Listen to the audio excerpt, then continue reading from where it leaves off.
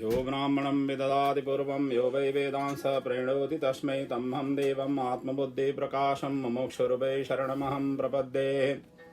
नारायणं नमस्कृतं नरं चैव नरोत्तमं देवीं सरस्वतीं व्यासं ततो जयमुदीरयेत्। व्यासाय विष्णुरूपाय व्यासरूपाय विष्णवे नमो वै ब्रह्मदेवाय वसिष्ठाय नमो नमः। गुरुर्ब्रह्मा गुरुर्विष्णु गुरुर्देवो महेश्वरः गुरुर्साक्षात् परब्रह्म तस्मै श्री गुरवे नमः।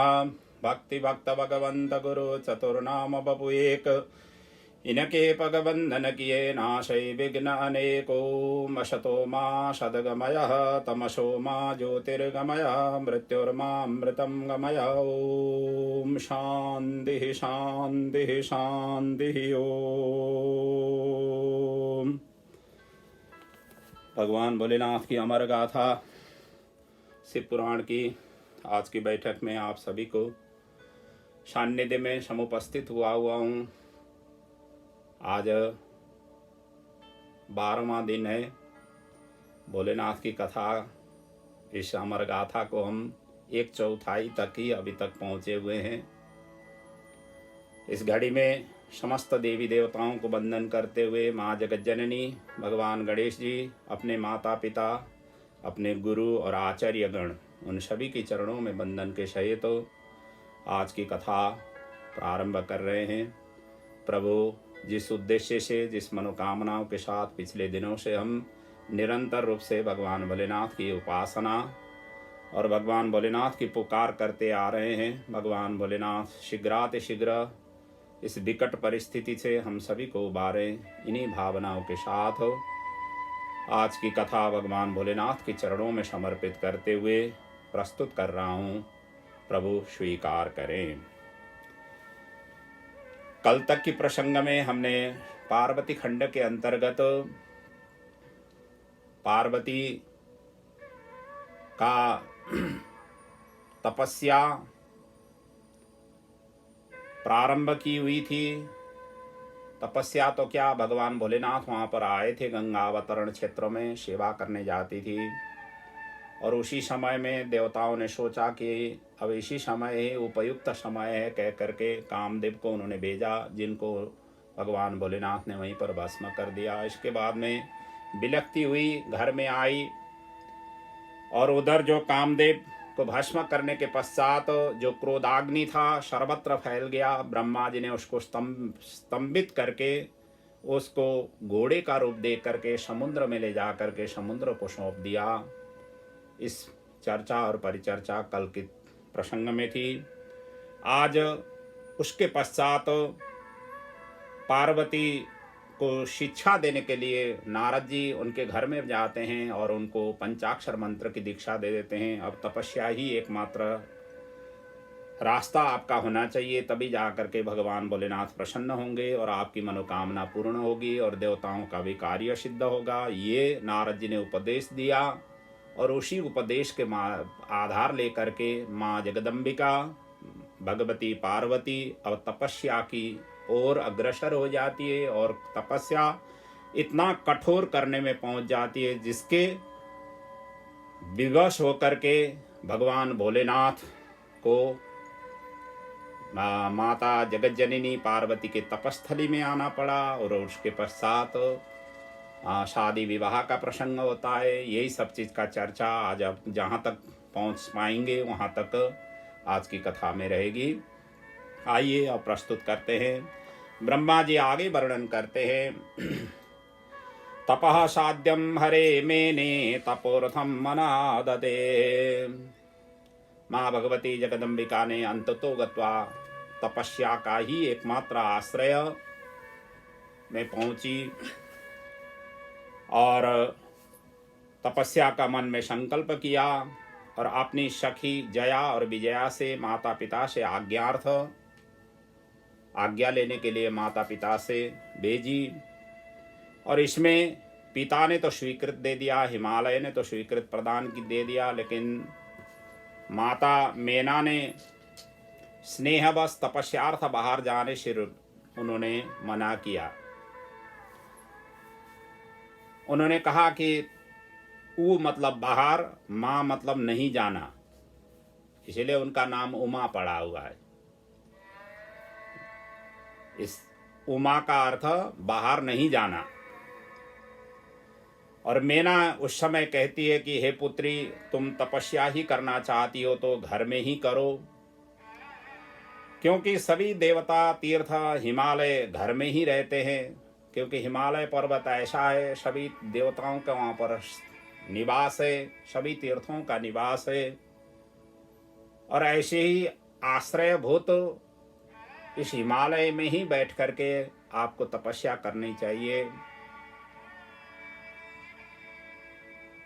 इस तरीके से माँ मेना ने पार्वती को समझाती हुई कही, कुत्र यासि तपः कर्तुम देवाः सन्ति गृहे मम तीर्थानि च समस्तानि क्षेत्राणि विविधानि च।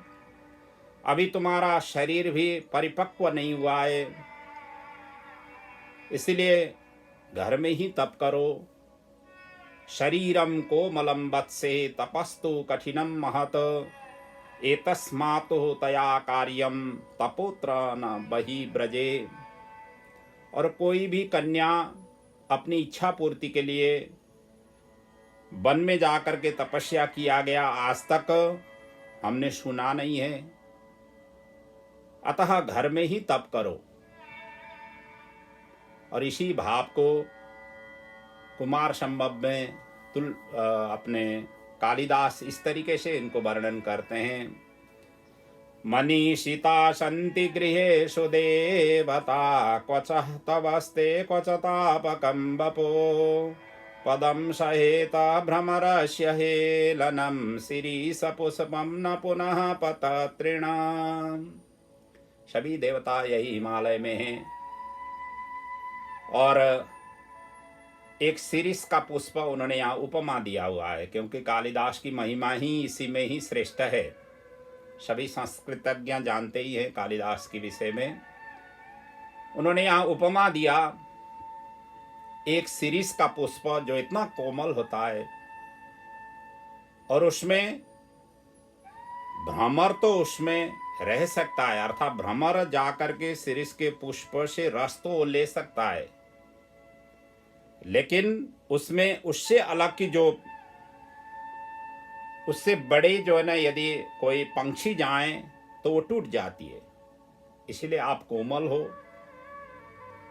और इस अवस्था की हो, इसीलिए आपको नहीं जाना चाहिए। घर में ही आप तपस्या करो। घर में जो कुछ भी हमारे पास में है, यदि कोई चीज़ों की आवश्यकता हो तो उनको सारा कुछ हम एकत्रित करके आपकी तपस्या के लिए सहायता प्रदान करेंगे। जो भी चीज़ें चाहिए उन सभी की व्यवस्था घर में ही होगी।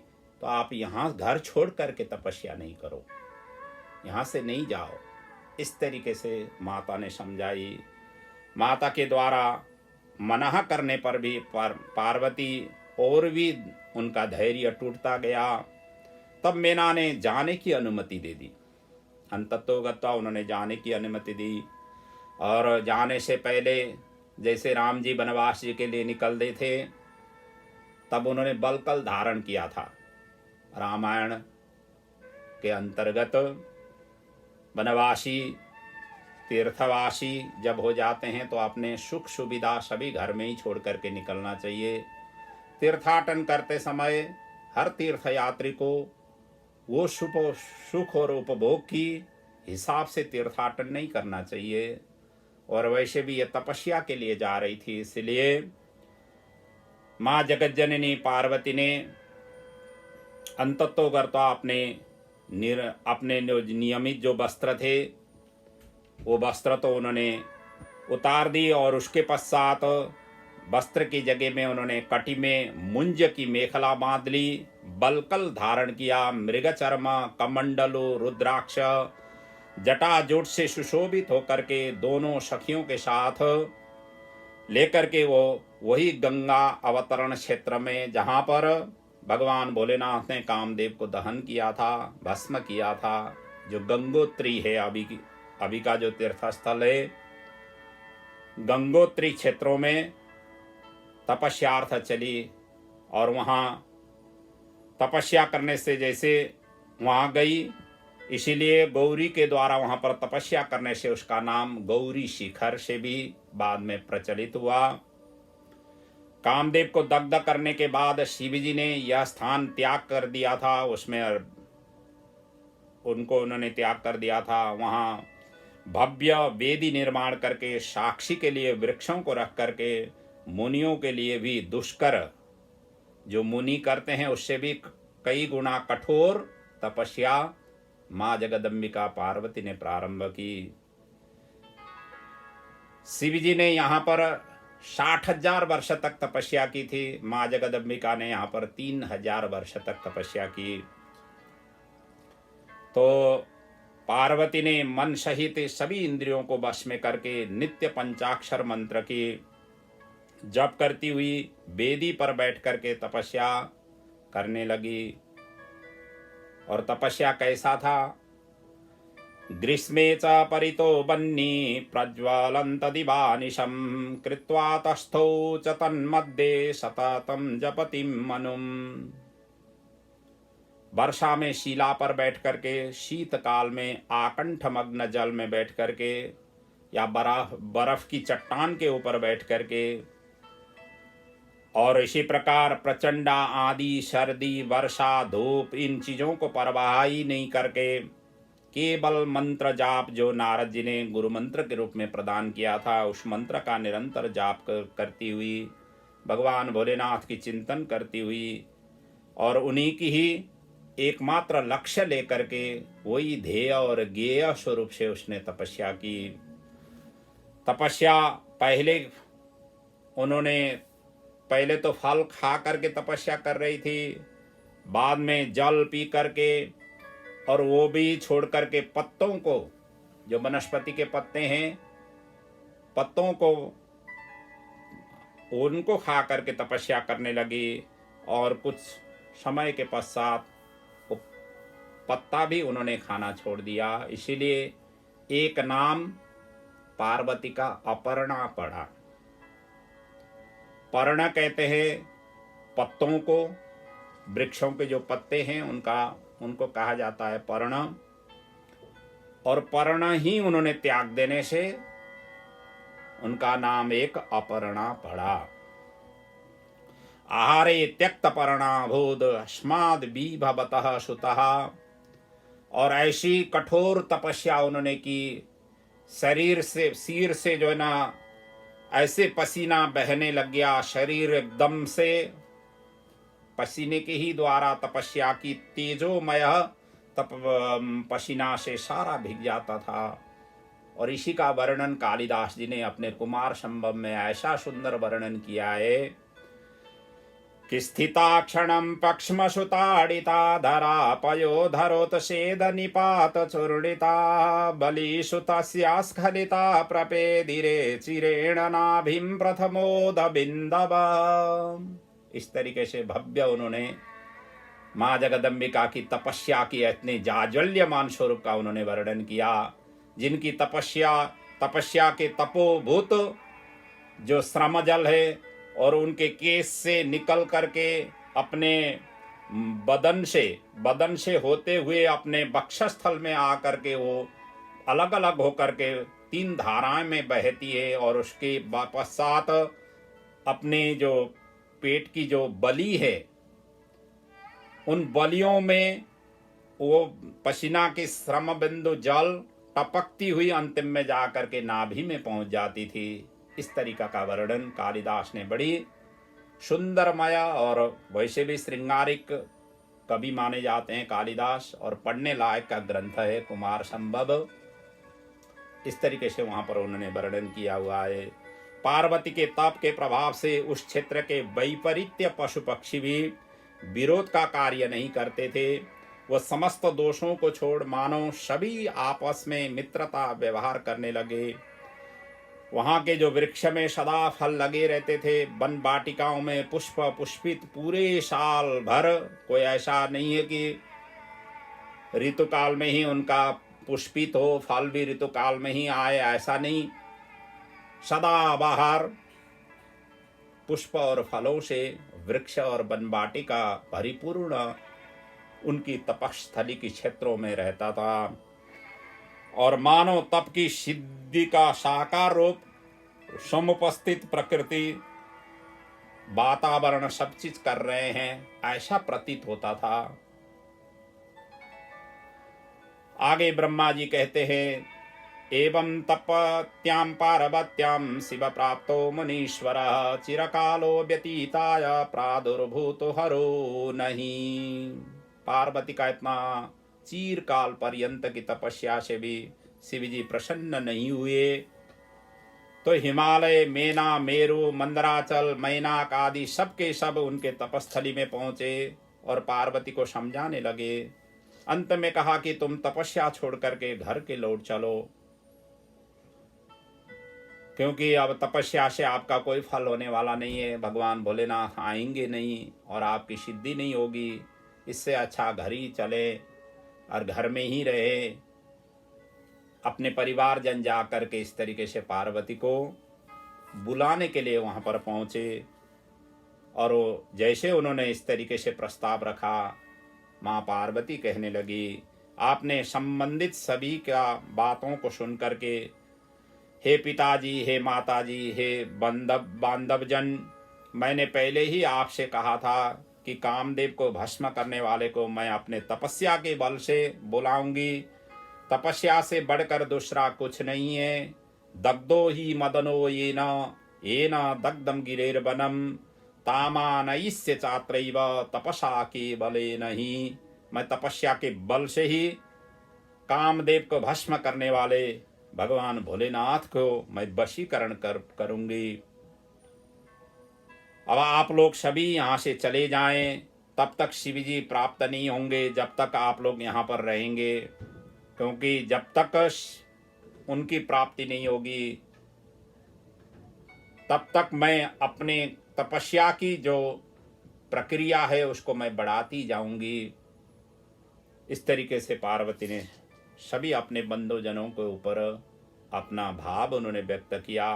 पार्वती ने तपस्या और कठोर और दृढ़, उग्र और प्रारंभ कर ली। उसके पश्चात जिससे चराचर कष्ट दग्ध होने लगा, उस समय देव, असुर, यक्ष, किन्नर, चारण, सिद्ध, गुह्यक, साध्य, मुनि, विद्याधर, नाग, प्रजापति सबके सब कष्ट में पड़ गए। लेकिन उन्हें यह कष्ट क्यों हुआ, कहाँ से हुआ, कैसे हुआ, किसी को पता नहीं चला।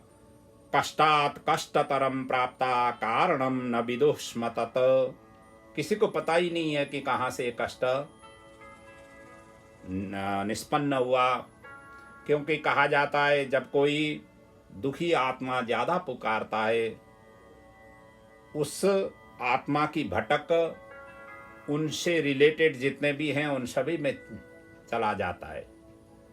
यहाँ जगदम्बिका की जैसे जैसे तपस्या की तीव्र स्वरूप होने लगा, तब तक ये सृष्टि के जो प्रवर्तक है, सृष्टि के जो संचालक हैं, उनके ऊपर ही इसका सबसे पहला असर पड़ा।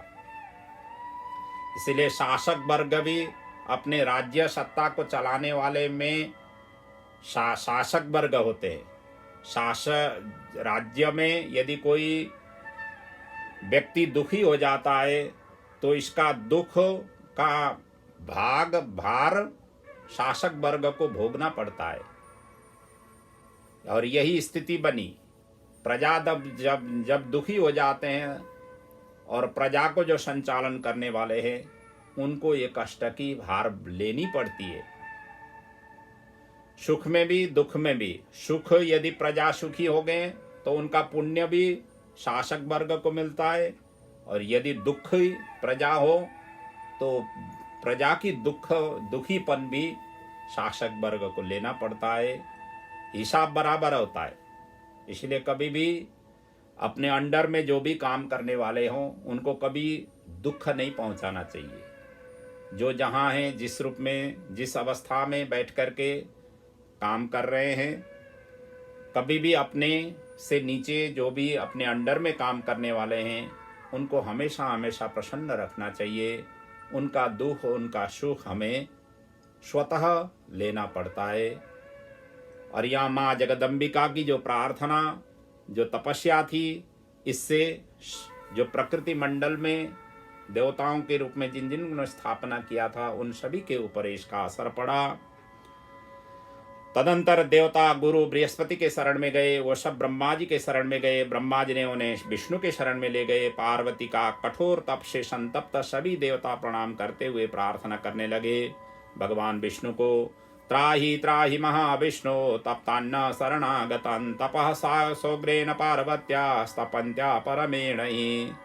शेषाई महाविष्णु ने वस्तु स्थिति को मद्देनजर करते हुए कहा, हे देवताओं, घबराओ नहीं, हम शिव जी के पास जाकर के प्रार्थना करेंगे, जिससे गिरिजानंदिनी से शिव जी पानी ग्रहण करेंगे। देवताओं ने कहा कि विष्णु की बात सुन करके देवताओं ने पहले ही मना कर दिया। कहते हैं वो भगवान भोलेनाथ ने पहले कामदेव को जिस तरीके से भस्म किया था उसी तरीके के हम भी भस्म भूत हो जाएंगे। इसीलिए दूसरा कोई उपाय कर सोचिए। यथा दग्धं पुरा तेन मदनो दुरति क्रमः तथैव क्रोधयुक्तो नः सदक्षति न संशयः। वो तो हमें उसी समय भस्म कर देंगे, उनके पास में जाए तो। भस्म करने में बड़े तेज हैं उनके। तृतीय नेत्र जब निकलेगा अग्नि के प्रज्वलित अग्नि से हम सभी भस्मीभूत हो जाएंगे, कोई दूसरा उपाय करिए। देवता इस तरीके से विष्णु को समझा रहे हैं। तब विष्णु भी उन देवताओं को फिर समझाते हैं, हे देवताओं, तुम लोग डरो मत, शिवजी भक्तवत्सल है एवं शरणागतों के रक्षा करेंगे। कामदेव का प्रयोजन एवं हमारी जो प्रयोजन है ये अलग है। हम उनसे रक्षा की भीख मांगने जा रहे हैं और कामदेव का प्रयोजन अलग था। इसीलिए जहाँ प्रयोजन अलग होता है, परिस्थिति अलग होता है, उस समय एक ही व्यक्ति अलग अलग रूप में प्रस्तुत हो जाते हैं और होना भी पड़ता है, क्योंकि जैसे परिस्थिति हो उसमें एडजस्ट करना हर कोई व्यक्ति को चाहिए। आज जो परिस्थिति हम सभी के सानिध्य में उपस्थित हुआ है, इसमें एडजस्ट करने हमें निरंतर कोशिश में रहना चाहिए।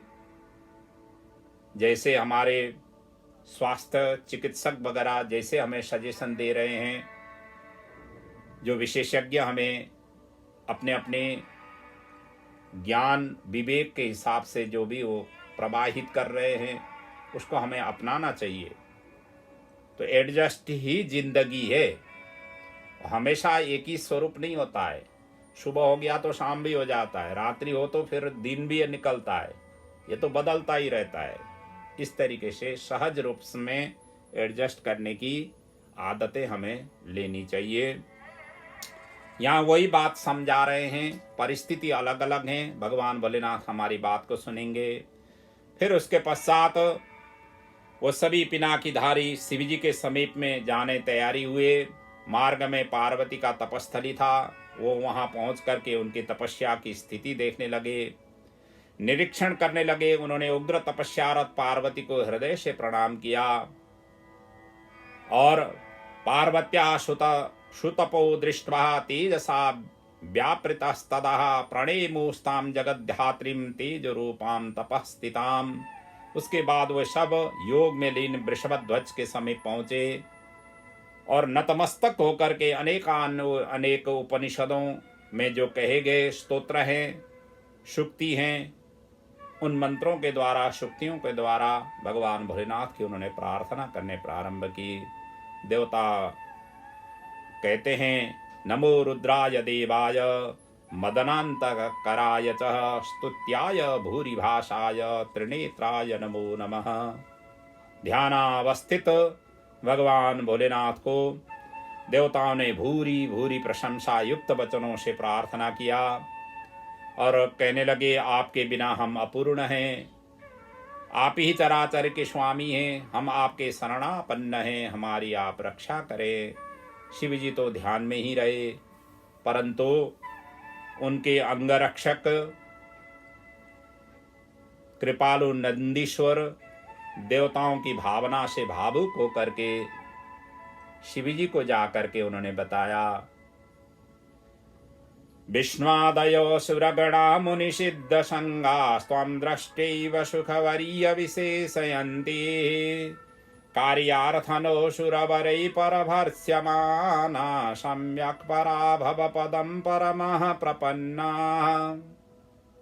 नंदी जाकर के भगवान भोलेनाथ को कह रहे हैं, विष्णु आदि देवता आपके दर्शन की अभिलाषी होकर के उपस्थित हुए हैं और हे प्रभु आप उनकी रक्षा कीजिए, वे शरणागत होकर के आए हैं। नंद की बात सुन करके शिव जी ने धीरे धीरे आंख खोले और कहा, देवता मेरे पास क्यों आए हो, इस कारण के शीघ्र बताइए। तब जाकर के विष्णु ने अपने आगमन का अभिप्राय बताने लगे। हे प्रभु, तारकासुर ने देवताओं को अत्यंत कष्ट दिया हुआ है, इसलिए आपसे निवेदन करने आए हैं। आपके ही पुत्र से उनका वध होगा, अतः गिरिजा से आप विवाह करें। यही एकमात्र अभी की जो समस्या का समाधान है, वही हमें सूझ रहा है, दिखाई दे रहा है। तस्मात् त्वया गिरिजा देवं शंभो गृहीतव्या पाणिना दक्षिणेन, पाणिगृहेणैव महानुभावां दत्तं गिरीन्द्रेण च तां कुरुष्व। गिरिजा भी तपस्यारत है एवं आपके पति पाने की इच्छुक हैं, अतः उनके समीप जाकर के अभिष्ट वर दे करके उनकी इच्छा पूर्ण कीजिए। शिव जी आगे वर्णन करते हैं, हे देवताओं, मैंने ही कामदेव को भस्म करके त्रिलोक में सभी निष्काम होकर के तपस्या कर सके, यही अभिप्राय से मैंने कामदेव को भस्म किया था।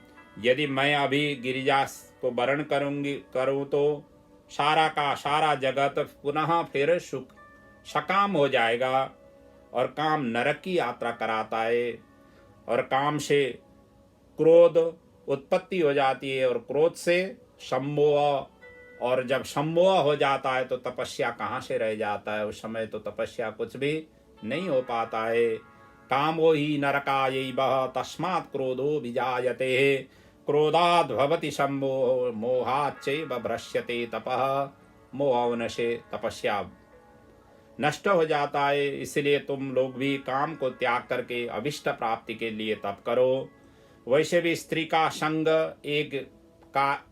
एक जेल खाने का जैसा ही है, जिसमें छुट्टी पाना कोई भी समर्थवान व्यक्ति भी समर्थवान नहीं हो सकता है। महानिगड़ संज्ञो ही विवाहो दृढ़बंधनः। लकड़ी लोहा से बंधे हुए तो शायद छूट जाए, परंतु स्त्री बंधन में पड़ा हुआ कभी छूटना संभव नहीं होता है, क्योंकि गृहस्थी ऐसा जंजाल है। कोई हिंदी में एक कहावत है, जो खाए वो भी पछताए, जो नहीं खाए वो भी पछताए, उसी तरीका का है ये गृहस्थी का जीवन। इसलिए गृहस्थी को एक बार फंसने के बाद में निकलने का कहीं भी रास्ता नहीं होता है, सभी तरफ से दरवाजे बंद हो जाते हैं और एक परिवेश, एक भेष, एक समाज, एक परिवार के साथ में वो अपने आप ही ऑटोमेटिकली वो बंधन में आ जाता है। और जो बंधन में आया हुआ है वो अलग से तपस्या कहाँ से करे। शिव जी इस तरीके से समझा रहे हैं, लोहा दारुमयी पाशै दृढ़ं बद्धोपि मुच्यते, स्त्रियादि पास संबद्धो मुच्यते न कदाचन। इसलिए स्त्री पाश बंधन में पड़ा हुआ व्यक्ति किसी भी तरीके से मुक्त होना संभव नहीं है। विषय वासनाओं से बधा हुआ मन स्वप्न में भी मुक्ति नहीं होती है। अतः सुख की इच्छा करने वाले को विषय से दूर रहना चाहिए। फिर विष्णु ने आगे प्रार्थना किया, हे प्रभु, आप सब कुछ जानते ही हैं, फिर भी देवता अभी महान कष्ट से गुजर रहे हैं, आपके बिना उनका कल्याण संभव नहीं है। तारकासुर आपका ही पुत्र से वध होगा। दूसरी पार्वती की तप से अभी सारा विश्व ब्रह्मांड ही संतप्त हो रहा है। आप उन्हें दर्शन दिए बिना दिन प्रतिदिन कठोर मार्ग को अवलंबन वो करती जा रही है। अतः हमारी यही प्रार्थनाएं आपके हम शरणागत हैं। अंततो गत्वा इस तरीके से प्रार्थना करने पर भगवान भोलेनाथ रीझ गए और कहने लगे, हे देवताओं, यदि आप लोगों की यही अभिष्ट है तो मैं भक्तादीनों भक्तों को उद्धार करना ही मेरा कार्य होता है। समुद्र मंथन का समय मैंने विषपान इसीलिए किया था कि सभी भक्तों का उद्धार हो, और गृहपति के घर में वैश्वानर का कष्ट दूर करने के लिए भी मैंने ही भक्तादीन होकर के वहाँ पर उनका उद्धार किया था। यद्यपि मुझे विवाह की तो कोई रुचि है ही नहीं, फिर भी पुत्रोत्पादन के लिए मैं गिरिजा के साथ, जैसे आप लोग कह रहे हैं, विवाह करने के लिए मैं स्वीकार करता हूँ, अर्थात स्वीकारोक्ति मैं देता हूँ। नास्ति यद्यपि में कश्चित विहार करणी रुचि विवाह इससे गिरिजाम पुत्रोत्पादन हेतवे। और अब आप लोग निर्भय होकर के जाइए और यह कार्य अब शीघ्र ही होगा। ऐसा कहते हुए भगवान भोलेनाथ ने सभी देवताओं को वहाँ से सभी को विदाई की। और ब्रह्मा जी आगे वर्णन करते हैं, देवता लोग चले जाने पर शिव जी ध्यानस्थ होकर पार्वती की तपस्या देखने लगे। तत्तपः सुपरीक्षार्थम समाधिस्थो भवद भवद भवः। अपने सूक्ष्म दृष्टि से सारा भगवान भोलेनाथ ने पार्वती की तपस्थली में सारा का सारा उन्होंने निरीक्षण किया। जैसे महाभारत के युद्ध काल में संजय ने धृतराष्ट्र को सुनाया था, टेलीकास्ट किया था, उन दिनों से ही है टेलीकास्ट का प्रचलन। जो अभी आप सभी लाभ ले रहे हैं, ये टेलीकास्ट का ही स्वरूप से ही हम सभी एक ही जगह में एकत्रित होने का यह मौका मिला हुआ है। और शायद 2-4 साल यही प्रविधि ही आगे बढ़ने की संकेत दे रहा है, क्योंकि जैसे हम पिछले दिनों में जिस तरीके से हम एकत्रित होकर के सारा उत्सव मनाया करते थे, शायद अब हो सकता है ये साल 2 साल, 1 साल 2 साल हमें अलग अलग रह करके इसी माध्यम से ही, हमें इसी का ही सहारा ले करके ही एक आपस में मिलने जुलने का बनाना पड़ेगा। यही परिस्थिति भगवान ने शायद मंजूर कर रहे होंगे, इसीलिए ये जल्दी से सारा निपट नहीं रही है। जो भी हो, तो यहाँ पर भगवान भोलेनाथ ने पार्वती का तपस्या देखा। उनकी तपस्या देख करके योगेश्वर विस्मय में पड़ गए। तुरंत वशिष्ठ आदि सप्तर्षियों को उन्होंने याद किया। याद करते ही वो भी शिव जी के समीप पहुंचे और स्मरण करने का कारण उन्होंने पूछा। तब शिव जी ने आज्ञा देते हुए कहा कि हे सप्तर्षियों, इस समय गिरिजानंदनी मुझे पति प्राप्त हो ऐसा सोच करके वो तपस्यारत है, अतः उनकी परीक्षा करो कि मेरे प्रति उनका कैसा विश्वास है, तपस्या कितना दृढ़ है, कितना वो निश्चिंत होकर के तपस्या कर रही है। तत्र गच्छत यूयं मत्शासनात् मुनिषत्तमः परीक्षां दृढ़तायास्तत कुरुत प्रेम चेतस। सप्तर्षि को इस तरीके से आज्ञा दिया और सप्तर्षि भी भगवान भोलेनाथ को प्रणाम करके माँ जगदम्बिका की तपस्थली में पहुंचे। तपस्या उग्र था, तेज एवं ज्योति की कांति से तपस्थली प्रकाशित हो रही थी। उन्होंने प्रणाम किया और पूछने लगे सप्तर्षियों ने माँ जगदम्बिका को, शृणु शैलसुते देवी किमर्थं तप्यते तपः, इच्छसि त्वं सुरं कं च किं फलं तद्वदाधुना। हे शैलसुते, हे देवी, हे माँ जगदम्बिका, हे पर्वतराज नंदिनी, हे गिरिराज नंदिनी, आप किस कार्य के लिए आपने ये तपस्या किया हुआ है? इस तरीके से सप्तर्षियों ने माँ जगदम्बिका को पूछा। तो माँ कहती है, हे सप्तर्षियों, आप लोग से कहना भी मुझे शर्म आ रही है। देवर्षि नारद जी के कहने पर मैंने शिव जी को पति प्राप्ति के लिए तपस्या कर रही हूँ। रुद्र पत्र भवेन में ही विधायेति मनोरथम। मेरा मन रूपी पक्षी बिना पंखे आकाश में उड़ रहा है। करुणा निधान शिव जी ही मेरी आशा पूरी करेंगे। पार्वती का यह वचन सुन करके सप्तर्षि पहले हंस पड़े और बाद में छल युक्त और मिथ्या और कटु वचन कहने लगे, क्योंकि परीक्षा करने आए हुए थे। परीक्षा करने वाले को थोड़ा टेढ़ी मेढ़ी बातें ही करनी पड़ती है, तब जा करके उसमें निखार आ जाती है। जैसे होता है ना, सोने को यदि आप असली सोना निकालना हो तो उसको तपाया जाता है, अग्नि में तपाया जाता है और उसके पश्चात उसको लोहे से पीटा भी जाता है, उसके बाद में उसके निखरता आ जाती है। और यही निखरता की स्वरूप पार्वती में है या नहीं, यही परीक्षा करने के लिए वहां पर ये आए हुए थे। इसलिए वो थोड़ी सी टेढ़े मेढ़े बात करने लगे। और कैसे टेढ़े मेढ़े बात किए ये यहाँ पर व्यास जी वर्णन कर रहे हैं। सप्तर्षियों ने कहा कि आप इतना विदुषी होकर के क्रूर कूटवादी नारद जी के कहने पर बहक गई, उनके बातों में आ गई। नारद ने कहीं किसी का कल्याण आज तक किया हुआ है? हमने तो देखा नहीं है। नारद कूटवादी च परचित्त प्रमंथक तस्या वार्ता शृण्वतो हानिर्भवति सर्वथा। उसकी बातों में आ जाए तो हमेशा हमेशा दुखी ही हो जाते हैं। इसके उदाहरण भी दे रहे हैं यहाँ पर सप्तर्षि। कहते हैं नारद के ही कारण दक्ष के 10,000 नहीं, पहले 10,000 फिर 1,000 सबलाश्व और हरियाश्व जो दक्ष ने सृष्टि की विस्तार के लिए पुत्रों को उत्पन्न किया था, उन सभी को बाबा जी बना दिया, सभी को कंठी बांध दिया, सभी सन्यासी हो गए। वो वापस घर आए नहीं, सृष्टि का विस्तार किया ही नहीं, माता पिता को उन्होंने भूल गए। इतने बड़े बड़े परिमाण में इतने इतने लोगों को एक ही क्षण में ही उन्होंने इतने सभी को सभी सन्यासी बना दिया। और इतना ही नहीं, आगे जाकर के उनके ही चक्कर में आकर के सबके सब वो भिखारी बन गए। विद्याधर चित्रकेतु को भी ऐसा उपदेश उन्होंने दिया जिसके कारण वो घर ही नहीं लौट गए, सब उनका घर ही उजड़ गया।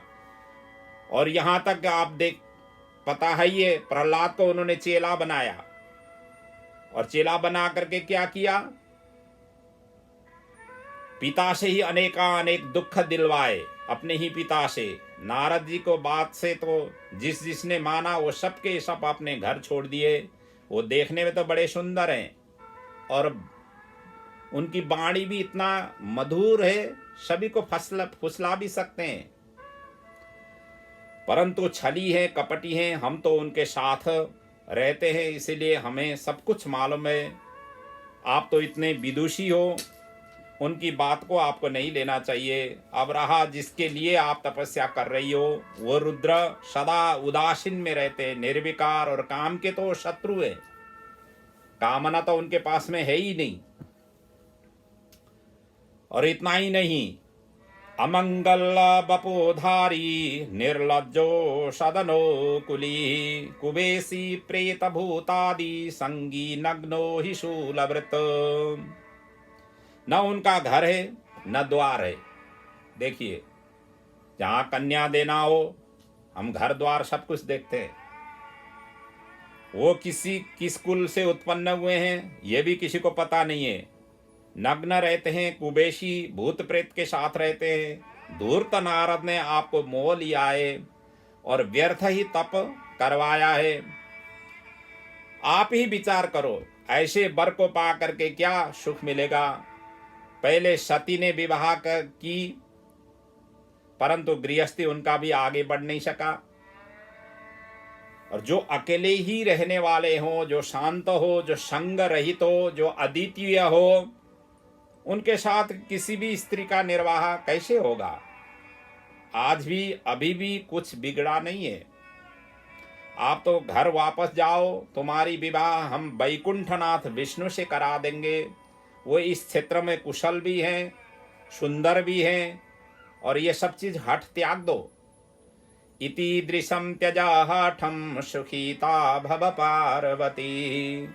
इतना निंदा सुनने की बात सुनने पर जगदम्बा हंस पड़ी और ज्ञान विशारद मुनियों से कहने लगी। पार्वती जी अब इनका उत्तर देते हुए कहती है हे मुनीश्वरों, आप लोगों का कहना सर्वथा सत्य होगा, परंतु मेरा यह हठ इन बातों से छूटने वाला नहीं है। मेरा शरीर पर्वत से उत्पन्न हुआ है, अतः मैं कितना कठोर हूं इसी से ही आप अंदाज लगा सकते हैं। जो पर्वत के संतान है उनका कितना कठोर उनका शरीर होगा। तो देवर्षि ने जो मुझे उपदेश दिया है वह मेरे लिए परम हितकारी है।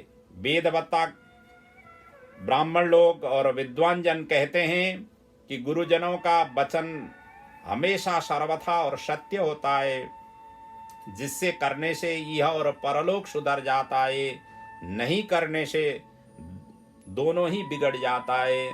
इसलिए गुरु की वचन में आस्था रख करके, श्रद्धा रख करके, विश्वास रख करके अपने निरंतर उसमें साधना रत होना चाहिए। गुरूणाम वचनम सत्यम इति येषां दृढ़ामतिः तेषां ईहा उत्र सुखम परत्रम नाथ सुखम क्वचित। मेरे घर बसे या उजड़े जाए, इसमें आप लोगों को क्या चिंता है।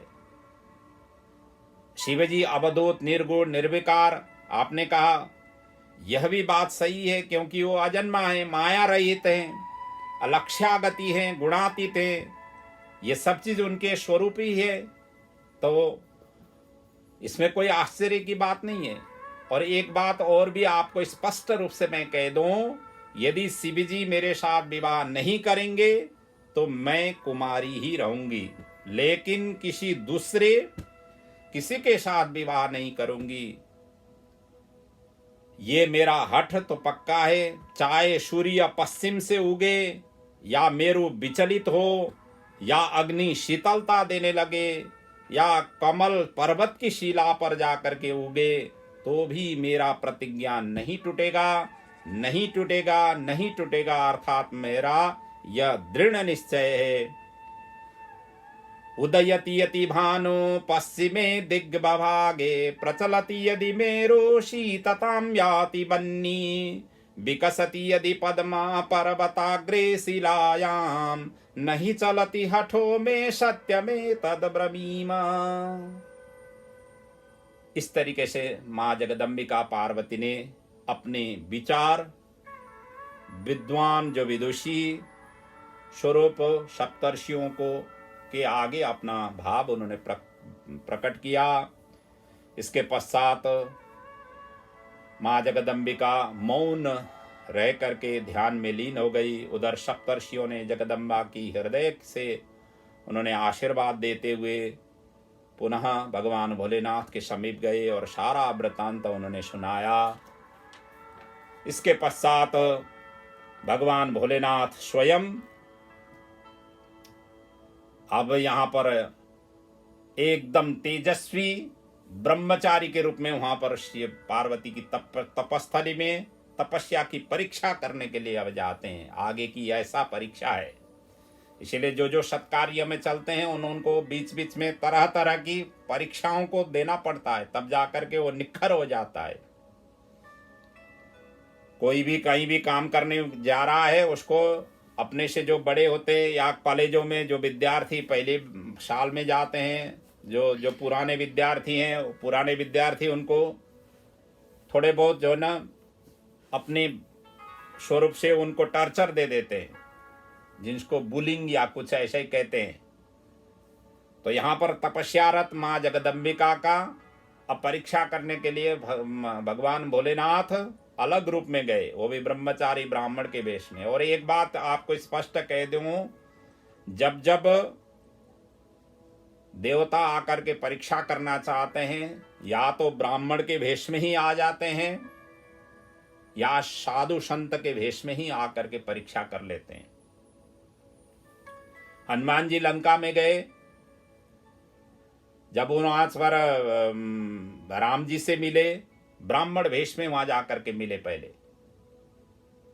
जो उनका जो भाई था विभीषण, ब्राह्मण के वेश में वहां जाकर के उनसे वार्तालाप हुई। तो जहां जहां भी परीक्षा के लिए या जिस किसी के लिए भी भगवान पहुंचते हैं, इन्हीं रूपों में पहुंचते हैं।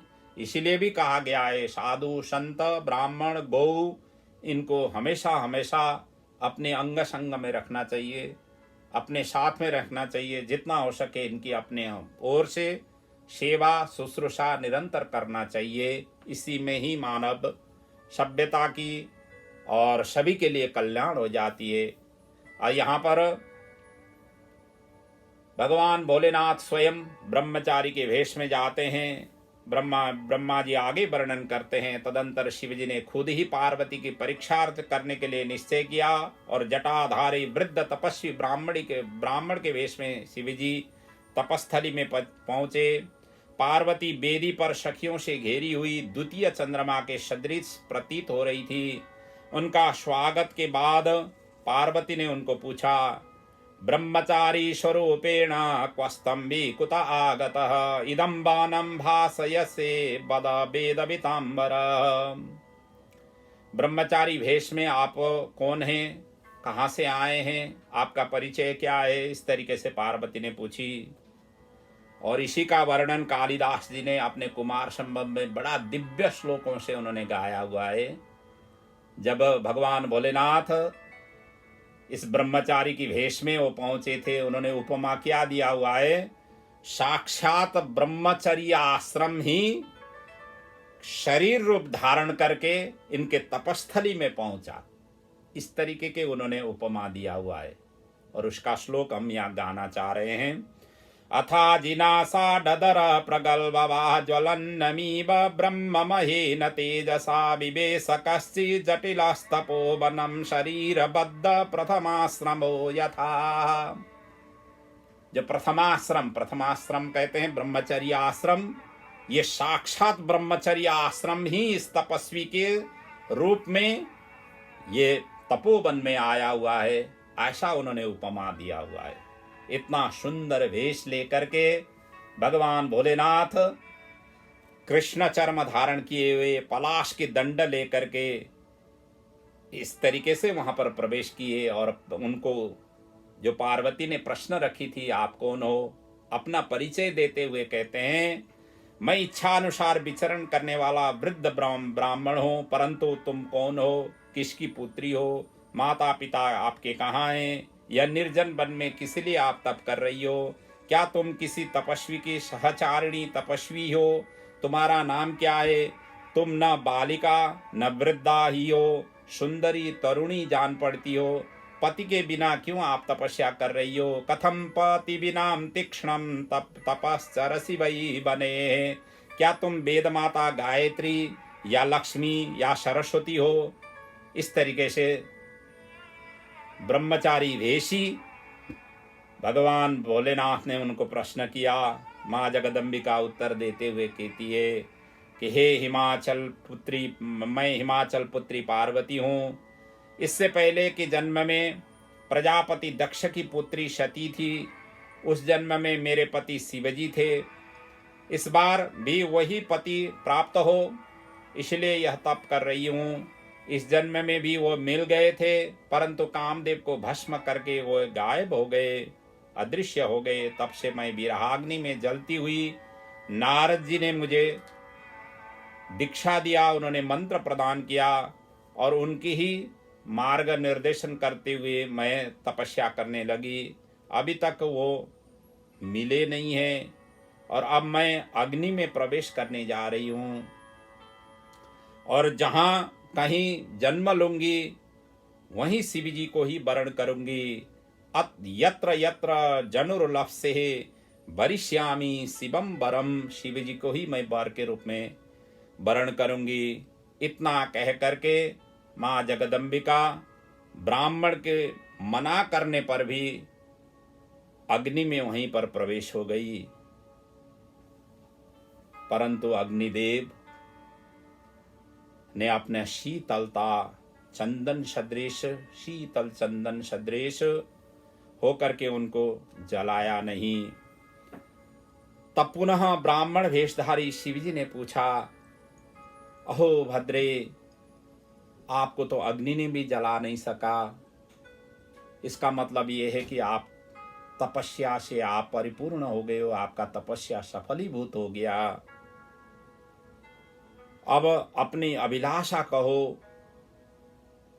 तदंतर पार्वती ने अपनी प्रिय सखी विजया से प्रेरित किया और उन्होंने पार्वती की भाव को यथार्थ रूप से व्यक्त करती हुई कहने लगी।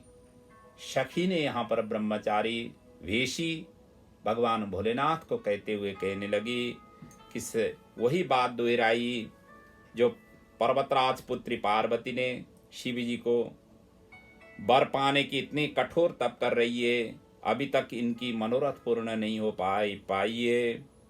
मत सखी चादरा देशा तपस्तपति दारुणम मनोरथम कुतस्तस्या न फलयिष्यति तापस। तो ब्राह्मण कहते हैं, जो वेशधारी भगवान भोलेनाथ ब्राह्मण वेशधारी ब्रह्मचारी वेशधारी कहते हैं, सखियों की बात तो परिहास जैसा ही होता है, जब तक खुद नहीं कहें तब तक कहाँ से विश्वास हो, क्योंकि वाणी भी इन्हीं से निकला हुआ है, भगवान भोलेनाथ से ही शब्द ब्रह्म के रूप में हमने पहले प्रसंगों में बताया, उनके अंग प्रत्यंग से ही सभी शब्दों का प्राकट्य हुआ था।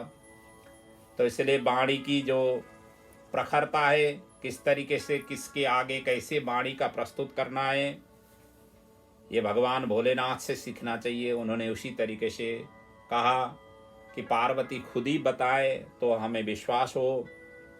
पार्वती फिर आगे वर्णन करने लगी, जैसे इन्होंने अनुरोध किया तो कहते हैं, हे जटाधारी विप्रवर, मेरी सखी ने जो कुछ कहा हुआ है वह सब सत्य है। मैंने वचन से कर्म से शिव को वरण कर चुकी हूँ, इसे प्राप्त किए बिना मैं तपस्या रोक नहीं पाऊंगी, यही मेरा प्राण है। मनसा वचसा साक्षात कर्मणा याति भावतः, सत्यम ब्रवीमिनो सत्यम वृतो वै शंकरो मया। इतना कहकर वो चुप हो गई। तब शिव जी का निंदा परक वचनों से पार्वती को बहलाते हुए ब्राह्मण कहने लगे। अब इन्होंने भी वही बात कही जो सप्तर्षियों ने इनकी परीक्षार्थ माँ जगदम्बिका के साथ में कहा था, उसी प्रकार से यहाँ ब्रह्मचारी भेषी जटाजूटधारी तपस्वी भगवान भोलेनाथ पार्वती को भगवान भोलेनाथ की निंदा परक रूप से उनको बहलाते हुए कहने लगे, हे देवी, मेरा भी शिव जी के प्रति सम्मान है, परंतु तुम्हारी रूप लावण्य देखकर उनका यथार्थ बात कहने जा रहा हूँ। इससे तुम्हें हित अहित का ज्ञान होगा। आप मन को कठोर बना करके श्रवण करो। वृषध्वजो महादेवो भस्मादिग्धो जटाधरः व्याघ्रचर्माम्बरधर संवितो गजकृत्तिना कृपालधारि सर्पौघै सर्वगात्रेषु वेष्टितः विषदग्धो भक्षो विरूपाक्षो विभीषणः। भगवान भोलेनाथ शिव जी में क्या है? भस्म, जटा, धोती की जगह तो बाघ व्याघ्रांबर वो धारण करते हैं, चादर की जगह में वो हाथी की खाल पहनते हैं। भीख मांगने के लिए उनके पास में कुछ भी नहीं है, बर्तन तो छोड़ दीजिए, खोपड़ी है। जो मृतक होते हैं उन मृतकों की खोपड़ी लेकर के वो चलते हैं, भिक्षा पात्र उनकी ऐसी है। और इतना ही नहीं, झुंड के झुंडे उनके सांप सारे शरीर में लिपटे हुए दिखाई देते हैं। कोई भी ऐसा जगह नहीं हो जिसके अंग सभी शरीर में सर्वत्र जो है ना सांप जो है ना लटकते हुए ऐसे दिखाई देते हैं। और वो भी विष पीकर मस्त रहते हैं। अभक्षा भक्षी हैं, उनके नेत्र बड़े और भद्दे हैं। उनका जन्म कब हुआ, कहाँ हुआ, किसी से हुआ, या आज तक प्रकट नहीं हुआ है। गृहस्थी से वे दूर रहते हैं, नंगे धड़ंगे घूमते हैं और भूत प्रेत सदा उनके साथ रहते हैं। इनके भुजा देखिए ना, भुजा इनके तो 10-10 भुजाएं हैं और त्रिनेत्र हैं इनके। इसी प्रकार कुरूप हैं, वो भी फिर भी मुझे समझ नहीं आ रही है कि क्यों आप पति बनाना चाहती हो। दक्ष ने भी अपनी यज्ञ में कुरूप सोच करके ही उनको नहीं बुलाया था। तुम तो स्त्रियों की रत्न हो, तुम्हारे पिता पर्वत के राजा है, क्यों सुयोग्य वर को नहीं ढूंढती हो। सोने की अशरफी त्याग करके क्यों कांच लेना चाहती हो? चंदन को छोड़ करके क्यों कीचड़ लपेटना चाहती हो? सूर्य के तेज को त्याग करके क्यों जुगुन की चमक पाना चाहती हो? महीन वस्त्र को त्याग करके क्यों चमड़े ढकने की इच्छा करती हो? घर में रहना छोड़ करके क्यों वन में धुनी रमाना चाहती हो? मुझे आप दोनों के संबंध में परस्पर विरोध दिखाई देता है। कहाँ तुम कमलनेनी, कहाँ वो त्रिनेत्र, वो भी भद्दे, कहाँ तुम चंद्रमुखी, कहाँ वो पंचमुखी, और कहाँ तुम्हारे सिर पर दिव्य बेणी है, कहाँ वो जटाजूट से भरा हुआ है। तुम्हारे अंग में चंदन का आभूषण है, कहाँ उनके शरीर में चिता का भस्म है। क्वादकूलम त्वदीयं वै शांकरम क्व गजाजिनम, क्व भूषणानि दिव्यानि क्व शरपा शंकरस्य च। यदि उनके पास धन दौलत पर्याप्त होता तो वो दिगंबर नंगे क्यों रहते? सवारी के नाम पर उनका बूढ़ा एक बैल है, उसके पास उनका सवारी का कोई दूसरा उपाय ही नहीं है, एक ही बैल उनके पास में पड़ा हुआ है। उनमें विद्या है या नहीं है वो भी मुझे पता नहीं है। पिशाच ही उनके सहायक हैं, और विष तो उनके कंठ में हमेशा ही दिखाई देता है, दूर से ही दिखाई देता है, इसलिए उनका एक नाम नीलकंठ भी पड़ा हुआ है। और वो अकेले ही घूमते फिरते हैं, विरक्त हैं। कहाँ तुम्हारे कंठ में सुंदर हार, कहाँ उनकी सर्प की माला है। इसलिए तुम्हें हर के साथ अपने मन को नहीं जोड़ना चाहिए।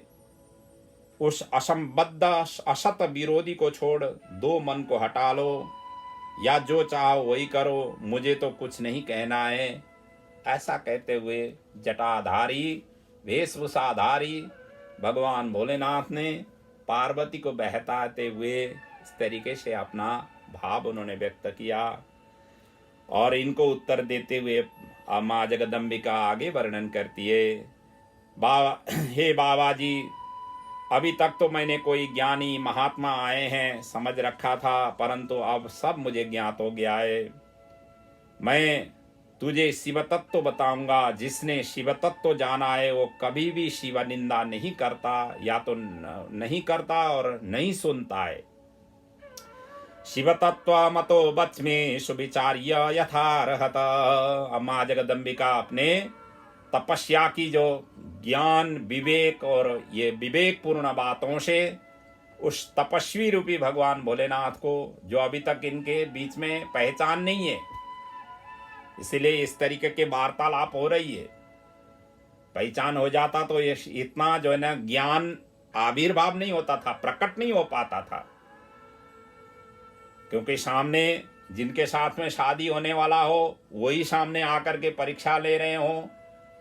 ऐसा माँ जगदम्बिका को पहले से ही ज्ञान हो जाता तो माँ जगदम्बिका इस तरीके से उनको कहती नहीं थी। उनकी जो भाव है, जो भगवान भोलेनाथ की जो दर्शन है, वो दर्शन स्वरूप ये निकलता नहीं था। माँ जगदम्बिका वही वर्णन कर रही है।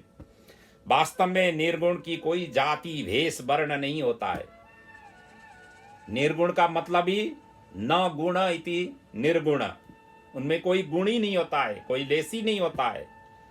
जब सगुण हो तभी ये इन परिवेश से सन्निहित हो जाता है। सगुण में ये सब कुछ आ जाता है, निर्गुण में ये कुछ भी नहीं होता है। निराकार का मतलब होता है कुछ नहीं होना, साकार का मतलब होता है सब कुछ होना। जैसे हम प्राणी हैं, हम सभी साकारी स्वरूप हैं, हम निराकार नहीं है, लेकिन हमारी लक्ष्य निराकार की होनी चाहिए। साकार से निराकार की ओर जाना चाहिए, सगुण से निर्गुण की ओर जाना चाहिए। लक्ष्य प्राप्ति का यही एकमात्र साधना क्षेत्र का ये सर्व सिद्ध स्वरूप है। तभी जाकर के ब्रह्माकार वृत्ति हो जाती है। और ब्रह्माकार वृत्ति होने का अर्थ होता है कि हम हर किसी क्षेत्रों में, किसी देश में, किसी वेश में, किसी परिवेश में रहें, हमें हमेशा हमेशा हमें एडजस्ट करने की आदतें सहज रूप से प्राप्त हो जाती है।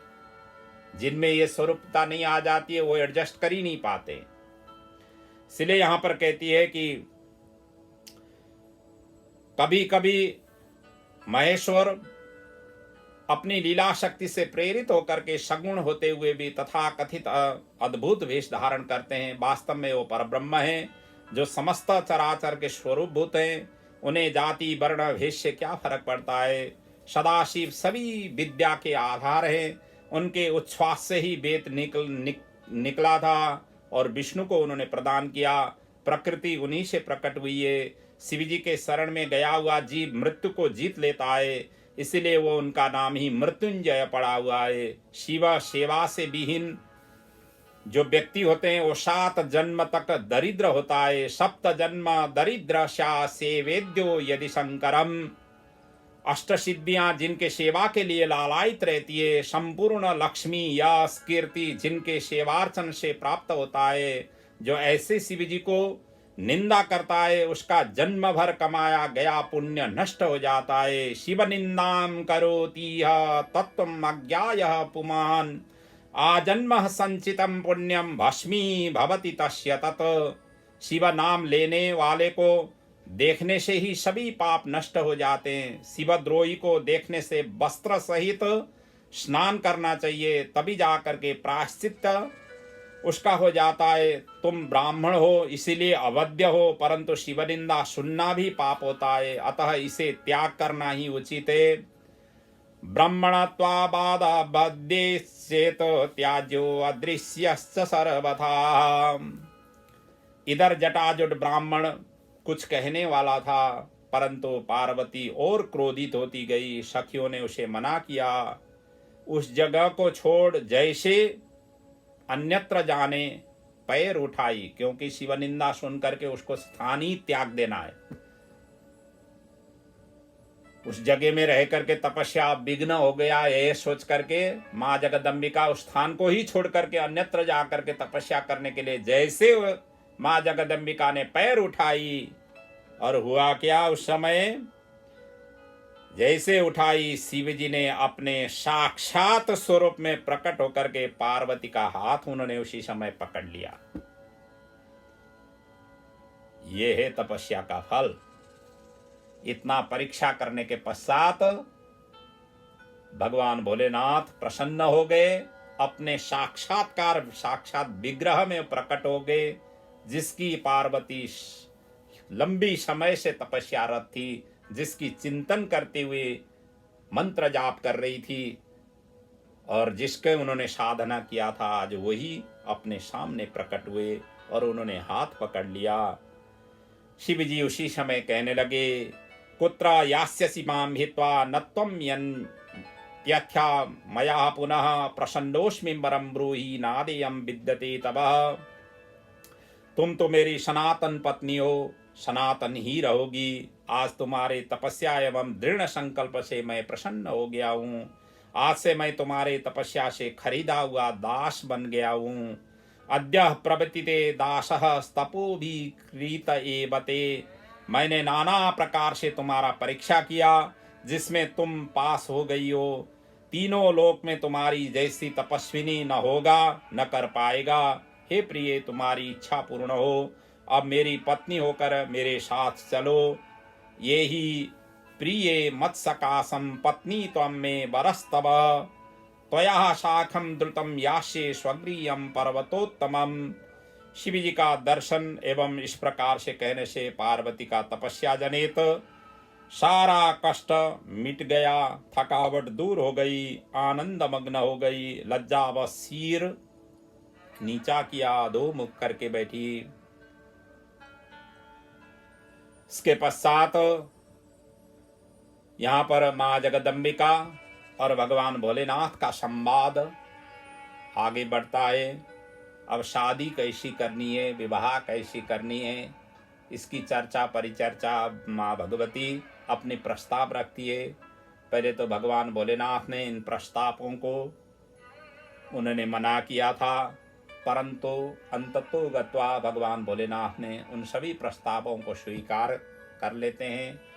फिर हमारी जो विवाह पद्धति है, जो सनातन धर्म में विवाह पद्धति का जो प्रथा शुरू हुआ है, शिव और पार्वती की विवाह के को ही आधार मान करके वो विवाह पद्धति बना हुआ है। तो विवाह पद्धति में क्या क्या करना चाहिए, विवाह से पूर्व रूप में जो पूर्वांगा आदि किया जाता है, और विवाह के दरमियान में हमें क्या क्या चीज विशेष रूप से करना चाहिए, ये सारा का सारा विधि का वर्णन अब आगे के प्रसंग में होगा। और आज का समय यहीं पर समाप्त हो रहा है। समय दिखाई दे रहा है कि समय पूरा हो रहा है। प्रभु से अब बाकी की कथा हम कल की प्रसंग में पुनः आप सभी के सानिध्य में प्रस्तुत होंगे। भगवान भोलेनाथ हम और आप सभी को रक्षा करें, इस महामारी प्रकोप से हम सभी को उबारें। यही भगवान भोलेनाथ, माँ जगज्जननी, सभी आचार्यगण, सभी देवताओं की प्रतिमाओं को हृदय से नमन करते हुए ओम त्र्यंबकं यजामहे सुगंधिं पुष्टिवर्धनम् उर्वारुकमिव बन्धनात् मृत्योर्मुक्षीयमामृतात्। ओम देहो शांति अंतरिक्षगुं शांति पृथिवी शांतिरापः शांतिरोषधयः शांतिर्वनस्पतयः शांतिर्विश्वे देवाः शांति ब्रह्म शांति सर्वगुं शांति शांतिरेव शांति सामा शांतिरेधि। सर्वे भवन्तु सुखिनः सर्वे सन्तु निरामयाः सर्वे भद्राणि पश्यन्तु मा कश्चित् दुःखभाग् भवेत्। ओम पूर्णमदः पूर्णमिदं पूर्णात् पूर्णमुदच्यते पूर्णस्य पूर्णमादाय पूर्णमेवावशिष्यते। ओम शांति शांति।